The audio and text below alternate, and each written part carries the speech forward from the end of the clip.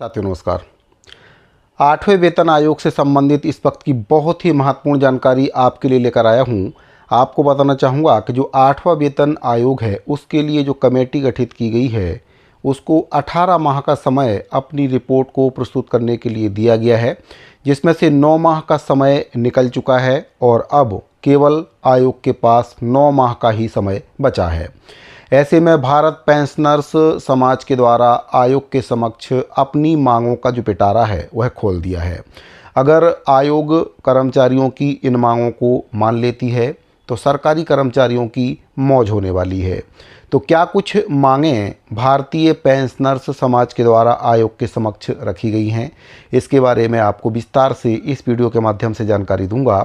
साथ ही आपको ये भी बताऊंगा कि जो न्यूनतम बेसिक पे है, अगर सरकार इस प्रस्ताव को मानती है तो वह कितना होगा।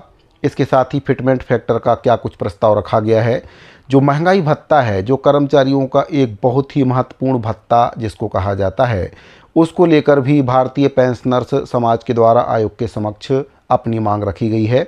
और अगर सरकार यह मांग मान लेती है तो फिर साल में अभी 2 बार महंगाई भत्ते का जो रिवीजन है वह किया जाता है। और अगर इस मांग को सरकार मान लेती है तो फिर कर्मचारियों का जो महंगाई भत्ता है साल में 4 बार बढ़ाया जाएगा।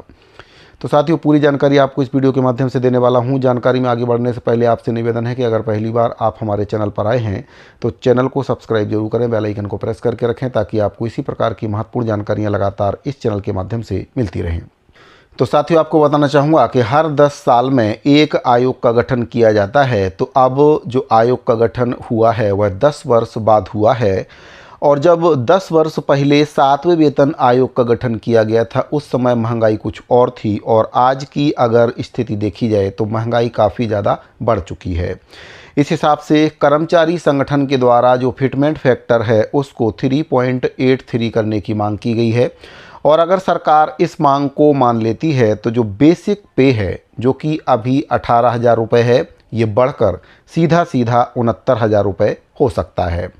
इसके साथ ही कर्मचारी संगठन ने आयोग के समक्ष एक बहुत ही महत्वपूर्ण मांग भी रखी है, जैसे कि जो महंगाई भत्ता है और महंगाई राहत है वह साल में अभी केवल 2 बार ही बढ़ाया जाता है, एक बार जनवरी में और दूसरी बार जुलाई में। तो कर्मचारी संगठनों का कहना है कि महंगाई हर महीने इतनी ज़्यादा बढ़ती जा रही है कि जो महंगाई भत्ता है उसको अब साल में 2 बार की जगह 4 बार बढ़ाना चाहिए। इससे कर्मचारियों की जो क्रय करने की शक्ति है उसमें काफ़ी ज़्यादा बढ़ोतरी होगी। साथियों, आपको बताना चाहूँगा कि भारत पेंशनर्स समाज के द्वारा आयोग के सामने अपनी मांगों का पिटारा खोल दिया है। पेंशनर्स समाज के द्वारा आयोग के सामने कुछ प्रमुख मांगें रखी गई हैं। आपको बता दूं कि 7 अगस्त को दिल्ली में हुई बैठक के दौरान संगठन ने फिटमेंट फैक्टर, महंगाई भत्ते के मर्जर और न्यूनतम पेंशन को लेकर अपनी डिमांड आयोग के समक्ष रख दी है। अगर ये डिमांड मंजूर हो जाती है तो कर्मचारियों की पूरी ही लाइफ स्टाइल बदल जाएगी। आपको बता दूं कि कर्मचारियों की सैलरी तय करने में जो अहम भूमिका निभाता है वह फिटमेंट फैक्टर है।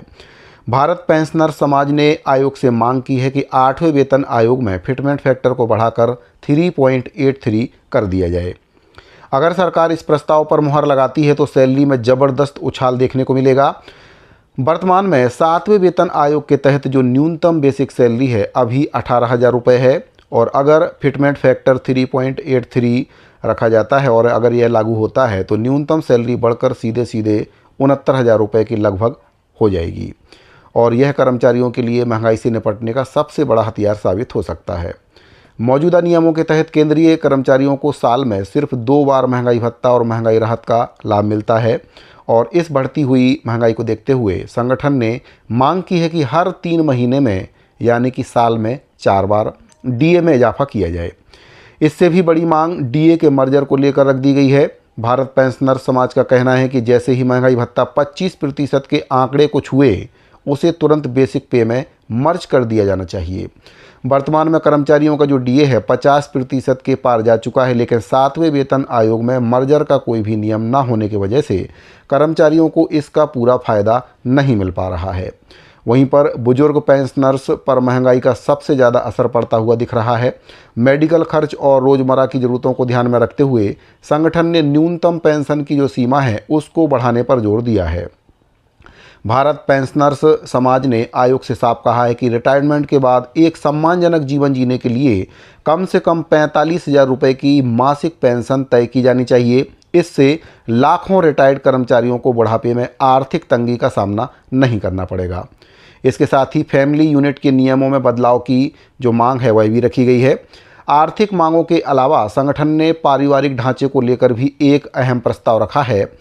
आपको बता दें कि वर्तमान में सरकारी कैलकुलेशन के लिए फैमिली यूनिट को 3 माना गया है और संगठन ने इसे बढ़ाकर 5.2 करने की जो वकालत है वह की है। उनका तर्क है कि भारतीय समाज में बुजुर्ग माता पिता भी परिवार का अभिन्न हिस्सा होते हैं, इसीलिए फैमिली यूनिट में माता पिता को शामिल करके ही सैलरी और भत्ते की गणना की जानी चाहिए। तो साथियों, 8वें वेतन आयोग का जो गठन है 3 नवंबर 2025 को किया गया था और इस आयोग को अपना पूरा काम करने के लिए 18 महीने का समय दिया गया है। वेतन आयोग हर 10 साल में एक बार आता है और यही वजह है कि कर्मचारी यूनियनें इस बार अपनी सभी अहम मांगों को रिपोर्ट में शामिल कराने के लिए सरकार पर पूरा दबाव बना रही हैं। साथियों, एक हिसाब से देखा जाए तो ये सही भी है, क्योंकि 10 वर्ष का समय काफ़ी ज़्यादा होता है और महंगाई 10 वर्ष में ही जो सरकार है एक बार जो वेतन आयोग है इसका गठन करती है, तो 10 वर्ष में जो महंगाई है अपने पूरे चरम पर पहुंच चुकी है। पिछले 10 वर्षों की अगर हम तुलना करें तो जो 7वां वेतन आयोग जब लागू हुआ था उस समय महंगाई काफ़ी कम थी, लेकिन आज की स्थिति में अगर देखा जाए तो महंगाई काफ़ी ज़्यादा हो चुकी है। कर्मचारियों को जो वेतन दिया जा रहा है वह उनके निजी खर्चों को चलाने में नाकाफ़ी साबित हो रहा है। इस हिसाब से कर्मचारी संगठनों के द्वारा जो फिटमेंट फैक्टर लागू करने की मांग की जा रही है 3.83 की मांग की जा रही है, जो कि एक प्रकार से देखा जाए तो सही भी है, क्योंकि अब जो वेतन कर्मचारियों को दिया जा रहा है वह उनके खर्चों को पूरा नहीं कर पा रहा है। तो साथियों, सरकार को कर्मचारी संगठनों की जो मांग है उसको मानना चाहिए। फिटमेंट फैक्टर को 3.83 करना चाहिए। न्यूनतम जो बेसिक सैलरी है उसको 18,000 रुपये से बढ़ाकर 69,000 रुपये करना चाहिए।